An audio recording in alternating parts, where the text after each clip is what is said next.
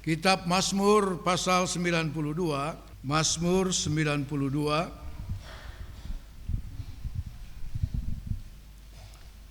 ayat 13 sampai ayat 16. Mazmur 92 ayat 13 sampai ayat 16. Begini firman Tuhan, saya bacakan buat kita semua. Orang benar akan bertunas seperti pohon korma, akan tumbuh subur seperti pohon aras di Libanon. Mereka yang ditanam di bait Tuhan akan bertunas di pelataran Allah kita. Pada masa tua pun mereka masih berbuah, menjadi gemuk dan segar, untuk memberitakan bahwa Tuhan itu benar, bahwa Ia gunung batuku dan tidak ada kecurangan padanya. Haleluya. Bapak, Ibu, saudara-saudara yang diberkati Tuhan, kita melihat terlebih dahulu dalam ayat 14. Mereka yang ditanam di bait Tuhan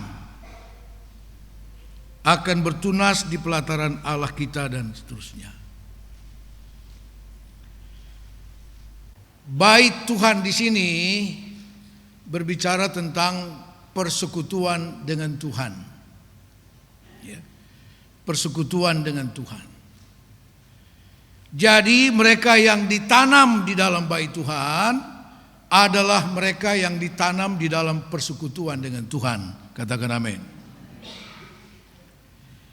Mengapa demikian? Keluaran pasal 25 ayat 8. Keluaran pasal 25 ayat 8 dan ayat 9.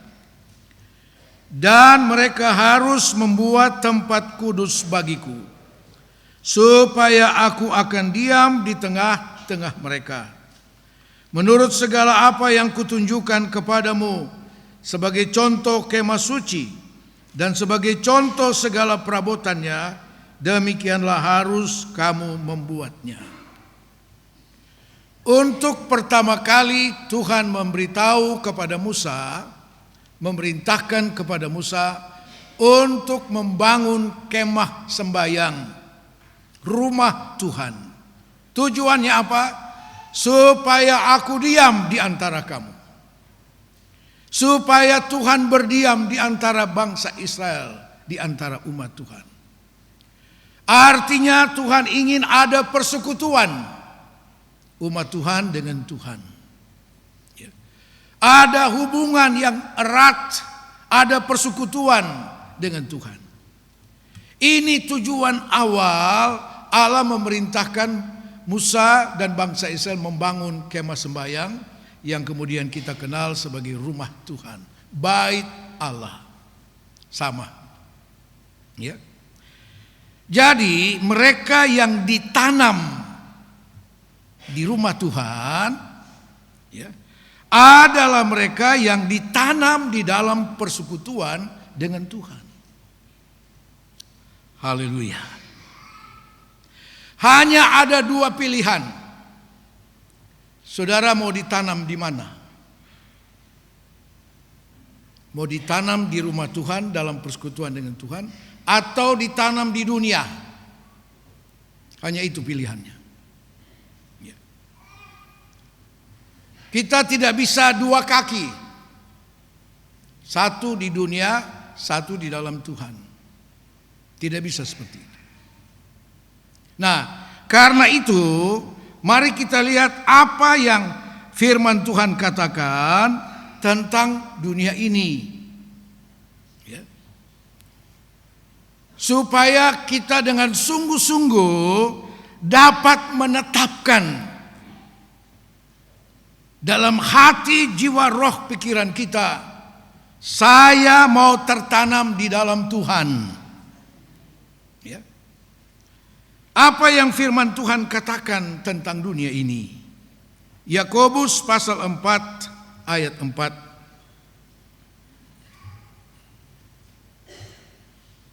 Yakobus pasal 4 ayat 4.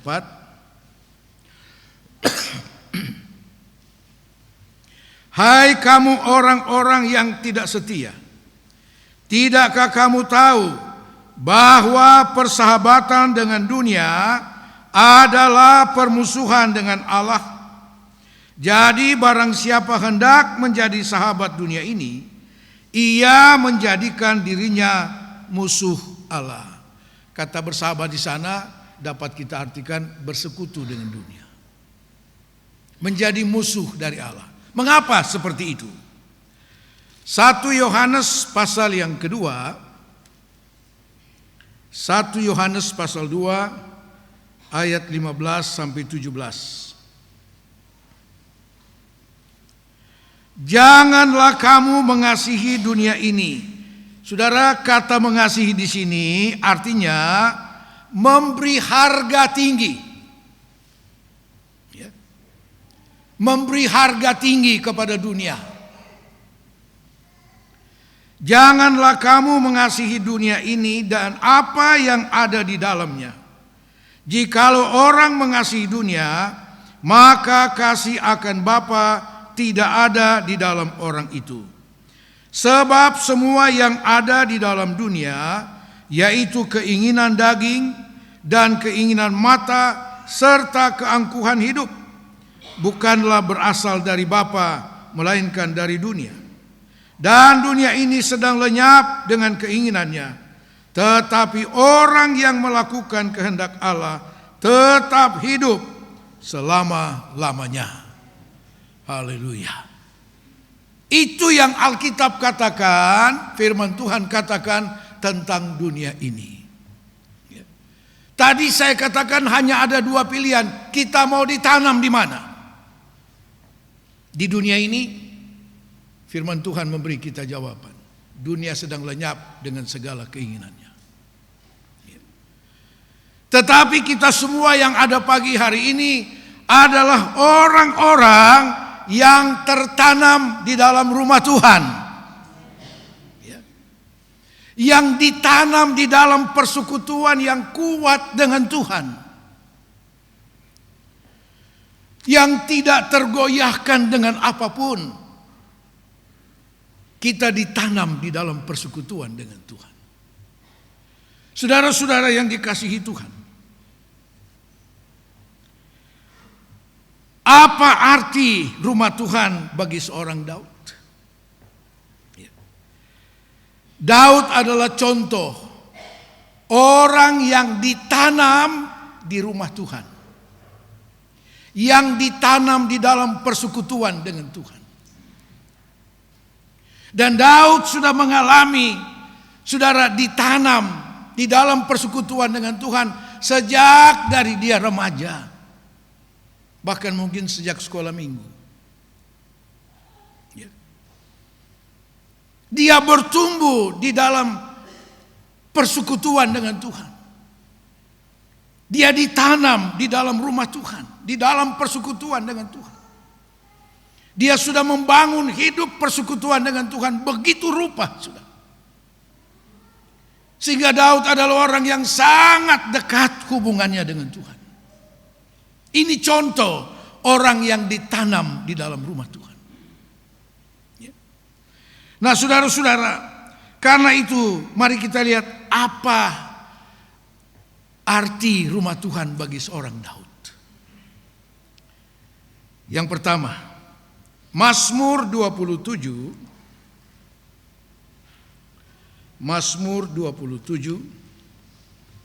ayat 4 sampai ayat 5. Mazmur 27 ayat 4 dan 5. Satu hal telah kuminta kepada Tuhan, itulah yang kuingini. Diam di rumah Tuhan seumur hidupku. Sampai di situ dulu. Dia bilang satu saja yang aku ingini, yang aku minta, yang aku cari, dalam terjemahan lama, itulah yang aku cari. Saudara-saudara, Daud tidak pernah cari kedudukan. Tidak pernah. Ya. Dia tidak pernah mencari kedudukan untuk menjadi raja. Tidak pernah. Saudara tunjuk ayat sama saya di mana Daud pernah menginginkan menjadi seorang raja. Tidak. Sejak awal Tuhan suruh Samuel mengurapi Daud untuk menjadi raja. Apakah kemudian dengan itu Daud lalu kemudian berdaya upaya untuk segera menjadi raja? Tidak. Bahkan sampai kemudian Saul mati, Daud tidak pernah memproklamirkan, saya raja. Tidak. Karena bukan itu yang dia cari. Haleluya. Sampai sesudah Saul mati baru orang Israel sadar kita tidak punya raja. Mereka datang bawa utusan kepada Daud. Sekarang engkaulah yang jadi raja atas kami. Tua-tua mengurapi melantik dia menjadi raja. Yang pertama daripada bangsa Yehuda. Kemudian seluruh Israel datang menobatkan dia menjadi raja. Barulah saat itu Daud menjadi raja. Tetapi yang dia nyatakan dalam Mazmur ini, ada hal yang lebih daripada itu yang dia cari, yang dia inginkan dan dia cari, dia upayakan. Apa itu? Tertanam di dalam rumah Tuhan. Tertanam di dalam persekutuan dengan Tuhan. Bagi Daud itu jauh lebih berharga dari apapun. Karena dia sudah alami dalam perjalanan hidupnya. Bagaimana hidup di dalam persekutuan dengan Tuhan. Luar biasa, saudara. Luar biasa. Saudara-saudara. Kemudian. Satu hal telah kuminta kepada Tuhan. Itulah yang kuingini. Diam di rumah Tuhan seumur hidupku. Dia tidak pernah bilang, Tuhan kalau boleh saya jadi raja seumur hidup. Tidak. Tapi diam di rumah Tuhan. Tertanam dalam rumah Tuhan. Hidup dalam persekutuan dengan Tuhan seumur hidup. Haleluya. Kiranya ini juga menjadi keinginan kita semua. Kiranya ini juga yang menjadi upaya kita. Keinginan, kerinduan kita yang sungguh-sungguh. Bahwa hidup dalam persekutuan dengan Tuhan jauh lebih berharga dari apapun yang ada di dunia ini. Haleluya. Sebab seperti Yesus katakan, apa untungnya seorang memiliki isi dunia, tapi jiwanya binasa. Tidak ada gunanya. Sia-sia semuanya. Kemudian, apa arti rumah Tuhan bagi Daud? Menyaksikan kemurahan Tuhan. Ya. Ini yang pertama. Menyaksikan kemurahan Tuhan. Dalam terjemahan bahasa Inggris yang juga dalam terjemahan Alkitab, terjemahan lama kita, dikatakan memandang keindahan Tuhan. Memandang keindahan Tuhan. Di dalam persekutuan dengan Tuhan kita dapat memandang keindahan Tuhan. Saudara tentu bertanya, apa sih keindahan Tuhan itu? Yesus tidak pernah tertarik dengan keindahan dunia ini. Sekalipun iblis menawarkan dengan begitu singkat, iblis katakan hanya satu hal. Engkau akan miliki semua dunia ini, keindahan kemegahannya. Engkau sujud menyembah aku, selesai. Yesus tidak pernah tertarik dengan keindahan dunia. Daud katakan, untuk memandang keindahan Tuhan di dalam rumah Tuhan, di dalam persekutuan dengan Tuhan. Kalau saudara dan saya sungguh-sungguh hidup dalam persekutuan dengan Tuhan, saudara, engkau tidak pernah tertarik dengan keindahan dunia ini. Katakan amin. Tidak akan.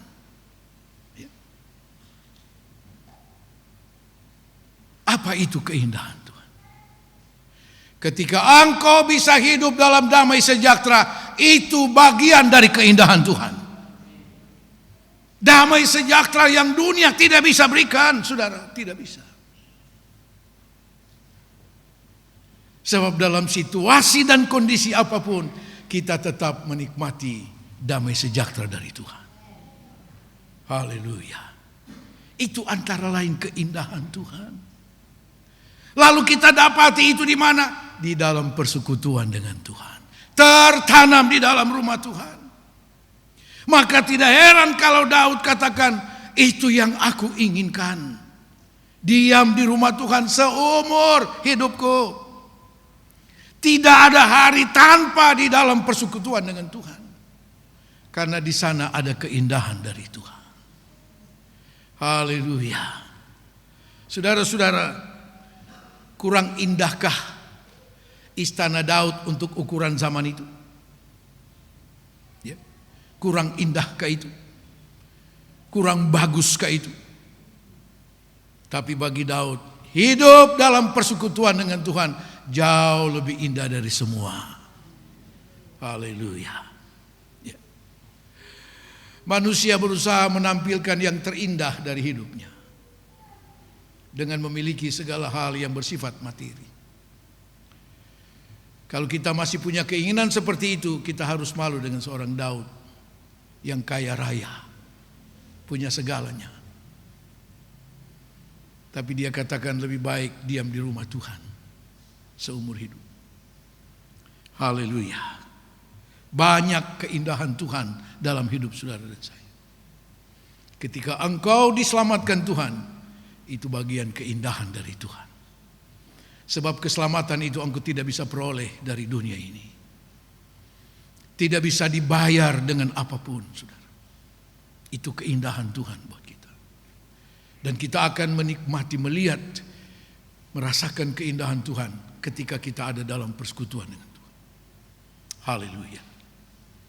Yang kedua, apa yang Daud katakan masih dalam ayat 4, menyaksikan kemurahan Tuhan atau memandang keindahan Tuhan. Yang kedua, menikmati baitnya. Ya. Menikmati baitnya.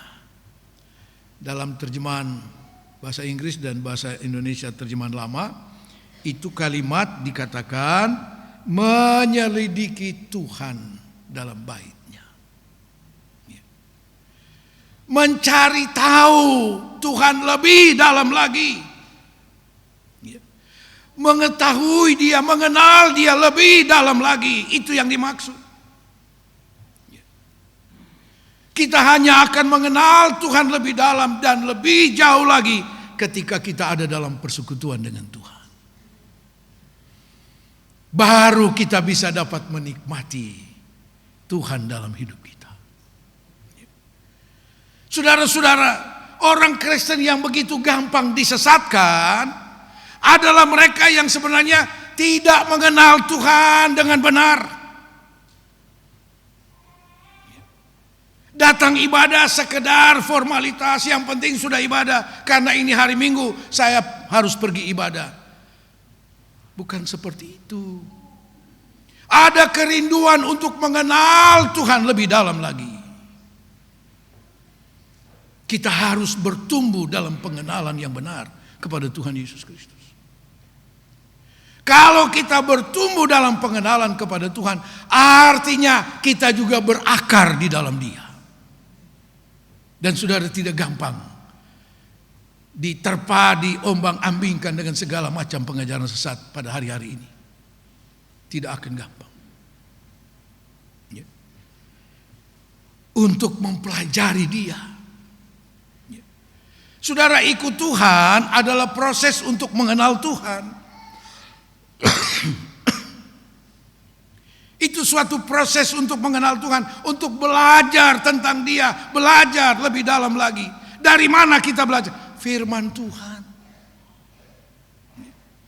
Firman Tuhan secara lengkap dan sempurna, saudara, mengungkapkan, menceritakan tentang Yesus Kristus. Dalam pelajaran Alkitab saya sudah katakan, Yesus adalah sentral dari seluruh firman Allah. Dari Kejadian sampai Wahyu. Satu pribadi, Yesus Kristus.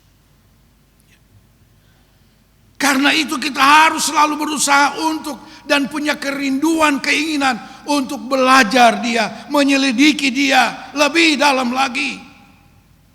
Semakin kita belajar dan mengenal Dia, semakin kita akan menikmati keindahan di dalam Tuhan. Kita akan dapati tidak pernah ada satu pribadi di dunia ini seperti Yesus. Tidak ada. Dia mengenal saudara dan saya lebih dari apa yang kita tahu tentang diri kita.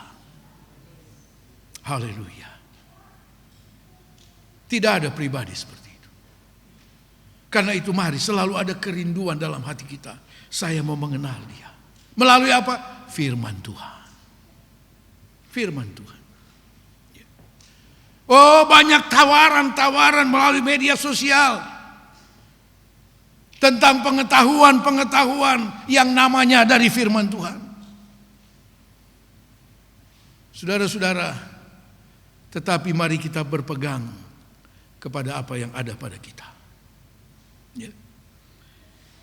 Setelah kita menyelidiki, mengetahui lebih dalam tentang Dia, barulah seperti dikatakan dalam pembacaan kita ini, dan menikmati baiknya.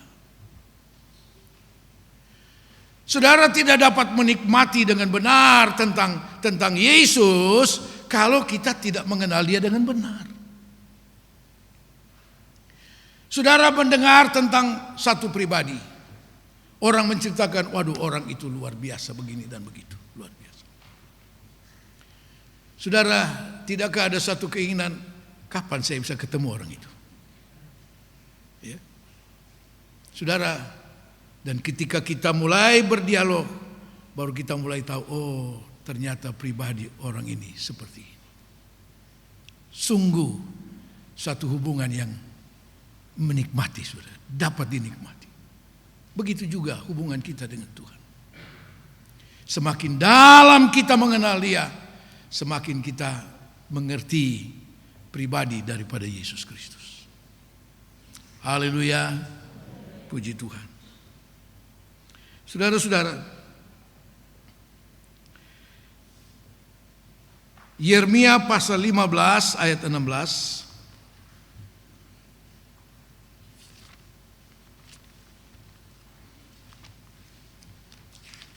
Yeremia pasal 15 ayat 16. Apabila aku bertemu dengan perkataan-perkataanmu, maka aku menikmatinya. Firman-Mu itu menjadi kegirangan bagiku dan menjadi kesukaan hatiku, sebab nama-Mu telah diserukan atasku, ya Tuhan, Allah semesta. Ya. Apabila aku bertemu dengan perkataan-perkataan firman Tuhan, maka aku menikmatinya. Kenapa kita bisa nikmati firman Tuhan? Karena kita tahu, kita mengerti apa firman Tuhan itu. Orang yang tidak mengerti apa itu firman Tuhan, rahasia-rahasia firman Tuhan, saudara, orang tidak menikmatinya. Tidak menikmati. Tanda jemaat tidak menikmati firman Tuhan, saudara-saudara, bukan di sini, di tempat lain. Dia kasih pendeta, sudah terlalu lama. Puji Tuhan, jemaat Kalvari tidak ada. Artinya apa? Semua menikmati. Haleluya. Menikmati. Banyak orang menikmati persekutuan-persekutuan lain karena di sana bisa bergoyang, bisa bebas lah. Ya. Bisa menikmati dalam ibadah, suasananya seperti di bar, lampu kelap-kelip. Jadi tidak beda dengan yang ya. Saudara, kita datang untuk menikmati Tuhan, menikmati firman Tuhan. Ya. Semakin kita mengenal Dia lebih dekat, semakin kita mengasihi Tuhan. Haleluya. Saudara-saudara, Daud sudah membiasakan diri hidup dalam persekutuan dengan Tuhan, seperti saya katakan tadi. Sejak dia masih sangat muda, dia sudah membiasakan diri hidup dalam persekutuan, tertanam di dalam persekutuan dengan Tuhan. Sehingga persekutuan dengan Tuhan, hubungan dengan Tuhan, itu sudah merupakan gaya hidup dari seorang Daud. Sudah merupakan gaya hidupnya. Dan itu tidak bisa dirampas dari kehidupannya. Saudara-saudara, coba kita lihat di dalam kitab Daniel pasal yang ke-6. Daniel pasal 6 ayat 11. Demi didengar Daniel bahwa surat perintah itu telah dibuat, pergilah ia ke rumahnya. Dalam kamar atasnya ada tingkap-tingkap yang terbuka ke arah Yerusalem. 3 kali sehari ia berlutut, berdoa serta memuji Allahnya, seperti yang biasa dilakukannya. Haleluya. Ini Daniel. Dia sudah biasa melakukan apa? Hidup dalam persekutuan dengan Tuhan. Hidup di dalam doa, pujian dan penyembahan kepada Tuhan.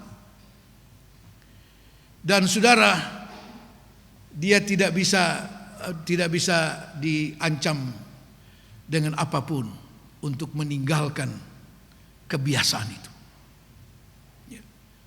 Dia sedang diancam akan dibuang ke dalam goa singa kalau dia tetap di dalam persekutuannya dengan Tuhan. Oh, dia tidak goyah, saudara. Setelah dia baca SK daripada raja bahwa akan dihukum siapa yang berdoa kepada Tuhannya, habis dia baca, dia bilang, Farek, lu makan itu surat.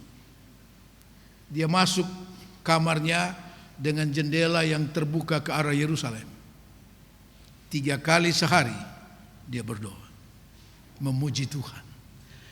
Yang menarik kalimat terakhir apa? Seperti yang biasa dilakukannya. Dia sudah membiasakan diri tertanam di dalam persekutuan dengan Tuhan. Dan itu tidak bisa diganggu, dirampas, digeser, digoyahkan dengan apapun. Ancaman sekalipun tidak bisa.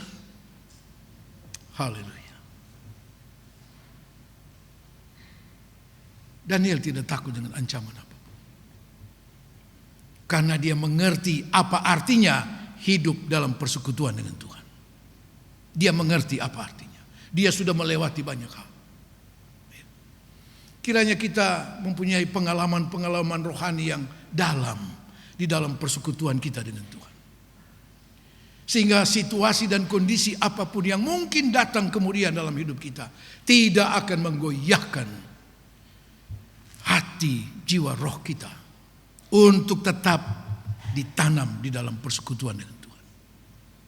Haleluya. Yang ketiga, kembali kepada Mazmur 27 ayat yang ke-5. Sebab ia melindungi aku dalam pondoknya pada waktu bahaya. Bahaya di sini bisa diterjemahkan dengan berbagai masalah, persoalan, ya, tantangan. Saudara, dalam situasi seperti itu yang datang dalam hidup kita setiap hari, Daud bilang, karena dia hidup dalam persekutuan dengan Tuhan, tertanam di rumah Tuhan, ia melindungi aku dalam pondoknya. Haleluya. Dalam kemahnya dia melindungi. Haleluya. Saudara, di dalam persekutuan dengan Tuhan ada jaminan perlindungan. Haleluya. Ada jaminan perlindungan. Wahyu 3 ayat 10 katakan, karena engkau sudah menuruti perkataanku, firmanku, aku pun akan melindungi engkau dari pencobaan yang akan datang atas seluruh dunia. Aku pun akan melindungi. Dan itu jaminan dari Tuhan, bukan jaminan seorang pejabat tinggi, bukan. Jaminan dari Tuhan. Dari siapa? Yang menjadikan langit dan bumi. Haleluya. Saudara-saudara, kemudian yang keempat, masih dalam ayat yang kelima bagian B, ia menyembunyikan aku dalam persembunyian di kemahnya. Ia mengangkat aku ke atas gunung batu. Ia menyembunyikan aku di tempat di kemahnya. Saudara, dalam terjemahan lain dikatakan di tempat rahasia. Wah, luar biasa bukan? Tempat rahasia Tuhan itu adalah hadirat Tuhan. Tempat rahasia yang tidak bisa dihampiri oleh iblis. Haleluya. Dan kita yang biasa tertanam dalam rumah Tuhan, dalam persekutuan dengan Tuhan, dilindungi, disembunyikan di tempat rahasia. Nah, kita kemudian akan alami itu lagi ketika gereja Tuhan disempurnakan. Sesaat sebelum antikris menguasai dunia, gereja Tuhan disingkirkan ke padang gurun. Alkitab katakan jauh dari mata ular. Tempat yang tidak bisa dijangkau oleh iblis, saudara. Itu tempat rahasia. Rahasia dari Tuhan. Haleluya. Puji Tuhan. Ya. Dia sembunyikan aku di tempat rahasia, di belakang tirainya. Saudara, kemah sembahyang dan rumah Tuhan itu ada 3 bagian utama. Halaman, tempat suci, tempat maha suci. Tempat suci dan tempat maha suci dipisahkan oleh tirai. Nah, dikatakan dia sembunyikan aku di belakang tirainya. Apa yang ada di tempat maha suci itu? Tabut perjanjian yang di atasnya ada kemuliaan Allah. Haleluya. Itu tempat yang luar biasa. Hadirat Tuhan. Mari kita belajar menikmati hadirat Tuhan. Ketika engkau menghadapi keadaan yang sulit barangkali, jalan buntu, keadaan yang mungkin menegangkan engkau, membuat engkau cemas, bimbang dan sebagainya, masuk dalam hadirat Tuhan. Itu tempat rahasia. Haleluya. Masuk dalam hadirat Tuhan. Saudara, di sana ada pertolongan Tuhan. Ada tempat yang tidak bisa dijangkau oleh iblis, yaitu di tempat rahasia di dalam hadirat Tuhan. Dan itu hanya untuk mereka yang tertanam dalam rumah Tuhan, tertanam dalam persekutuan dengan Tuhan. Haleluya. Mari kita tertanam di dalam rumah Tuhan. Ya.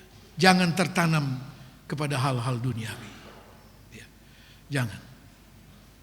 Saudara-saudara, kita memang masih hidup di dunia ini. Yesus katakan, kamu memang di dunia, tapi kamu bukan dari dunia. Kamu bukan milik dunia,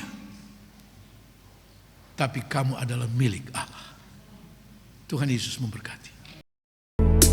Berkaryalah Roh Kudus di sini. Berkaryalah dengan kuasa-Mu.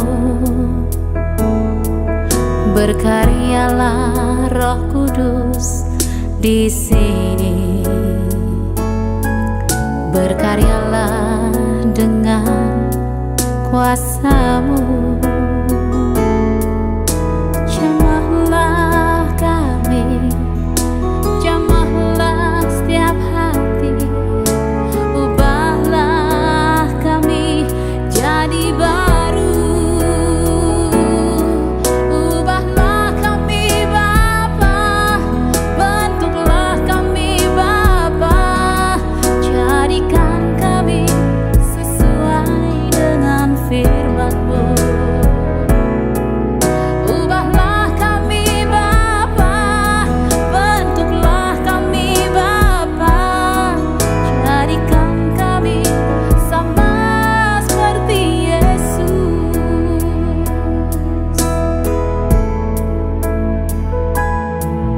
Berkaryalah Roh Kudus di sini.